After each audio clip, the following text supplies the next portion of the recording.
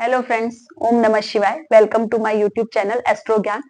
और मैंने शनिदेव के ऊपर एक पार्ट 1 वीडियो बनाया था जिसमें मैंने शनिदेव के बेसिक कारकत्व बताए थे। आज मैं पार्ट 2 बनाने जा रही हूँ। तो शनिदेव किस चीज का कारक होते हैं मैंने उसमें भी क्लियर किया था। शनिदेव हमारे कर्मों का कारक होते हैं, हमारे अनुशासन का कारक होते हैं, हमारे सेवा भाव का कारक होते हैं।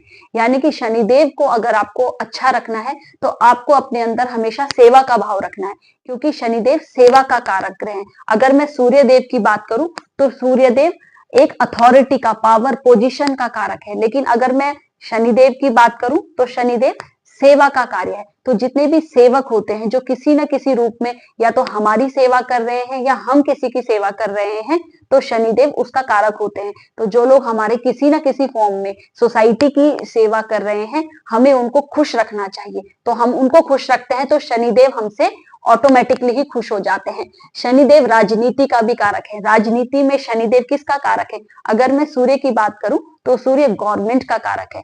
अगर मैं मंगल देव की बात करूं तो वो हमारे करेज का कारक है। लेकिन अगर मैं शनिदेव की बात करूं तो वो हमें जनता का, हमारी जनता का कारक है। यानी अगर हमारा सब कुछ अच्छा है लेकिन अगर शनि अच्छा नहीं है तो हमें हमारी जनता का सपोर्ट नहीं मिलता है। और जब तक जनता का सपोर्ट नहीं मिलता तब तक तो राजनीति या कोई भी चीज बेकार ही है। इसलिए जनता का सपोर्ट पाने के लिए हमें अपने शनि को अच्छा रखना बहुत ज्यादा जरूरी हो जाता है। हमारी कुंडली में साढ़े साती और ढैया ये भी शनिदेव ही देते हैं, क्योंकि शनिदेव जब जब हमारी जो चंद्र राशि होती है उसके एक घर पहले और उस घर में और उससे एक घर बाद, यानी ढाई ढाई ढाई साल, अगर मैं कहूँ 7.5 साल तक हम पर साढ़े साती का असर दिखाते हैं। क्योंकि चंद्रमा बहुत ज्यादा फास्ट मूविंग प्लेनेट है और शनिदेव बहुत ही स्लो मूविंग प्लेनेट है। तो उन दोनों की एनर्जी बहुत ही मिसमैच हो जाती है।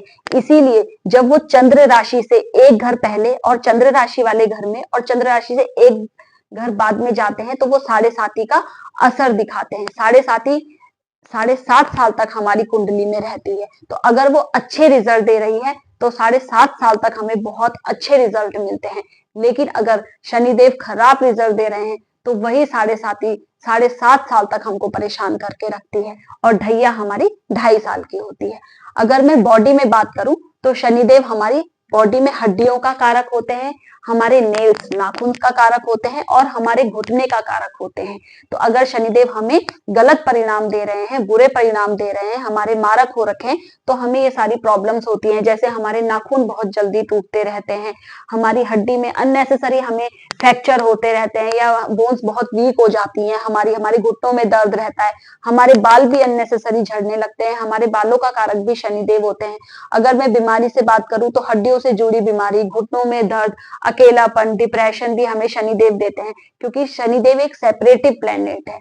तो हमें शनिदेव की दशा में मोस्टली अकेले अकेले रहने का मन करता है, हमारा किसी के साथ मिक्सअप होने का मन नहीं करता, हमें अकेले ही हम रहना पसंद करते हैं। तो ये शनिदेव के कुछ बेसिक कारकत्व होते हैं। अगर मैं दिशा की बात करूं तो घर में जो हमारी वेस्ट डायरेक्शन होती है वो शनिदेव की डायरेक्शन होती है। वेस्ट डायरेक्शन को हम प्रॉफिट की डायरेक्शन भी कहते हैं, इसलिए शनिदेव बहुत प्रॉफिट वाला भी ग्रह है। अगर वो हमारे को देने पर आ जाए तो वो हमें बहुत ज्यादा दे सकते हैं, लेकिन अगर हमें परेशान करने पे आ जाए तो बहुत ज्यादा परेशान भी कर सकते हैं।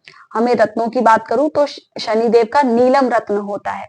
नीलम बहुत ही सोच समझकर पहनना चाहिए और किसी से पूछकर ही पहनना चाहिए, क्योंकि नीलम के बारे में कहा जाता है ये किसी को राजा से रंक भी बना सकता है और रंक से राजा भी बना सकता है। तो नीलम बहुत ही सोच समझकर हमको पहनना चाहिए। उसे चांदी या पंच धातु में पहन सकते हैं।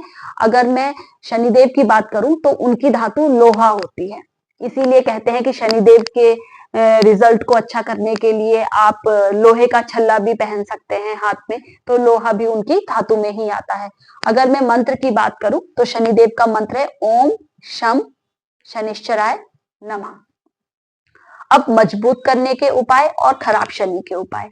तो जैसे मैं हमेशा बताती हूँ कि शनिदेव अगर हमारी कुंडली में अच्छे हैं, हमारे कारक हैं, जैसे हमारे लग्नेश हैं, हमारे भाग्य के कारक हैं, हमारे कर्म स्थान के कारक हैं, जो जो मैंने आपको अच्छे घर बताए थे कुंडली में कि ये हमारे अच्छे ग्रहों के घर होते हैं, तो उनमें अगर शनिदेव बैठे हैं और हमारी लगन के हिसाब से भी अच्छे हैं लेकिन किसी वजह से जैसे हम उनकी डिग्री बहुत वीक हो गई है, डिग्री कम है तो वो कुंडली में वीक हो जाते हैं, या वो अस्त हो गए हैं सूर्य देव से, या बहुत सारे रीजंस होते हैं जिसकी वजह से वो वीक हो जाते हैं। तो फिर हमें उन्हें मजबूत करना होता है अपनी कुंडली में अच्छे रिजल्ट्स लेने के लिए। तो मजबूत करने के लिए हम क्या कर सकते हैं, हम उनका मंत्र पढ़ सकते हैं, ओम शम शनिश्चराय नमः। हम शनिदेव के मंदिर जाके सरसों के तेल का दिया जला सकते हैं, हम उनकी मूर्ति में भी सरसों का तेल चढ़ा सकते हैं, और हम पीपल के पेड़ के नीचे सरसों के तेल का दिया दे सकते हैं। ये शनिदेव के बहुत अच्छे उपाय होते हैं। हम काले और नीले कपड़े पहन सकते हैं, क्योंकि काले और नीले कपड़े भी शनिदेव को मजबूती देते हैं, ये शनिदेव का कलर होता है।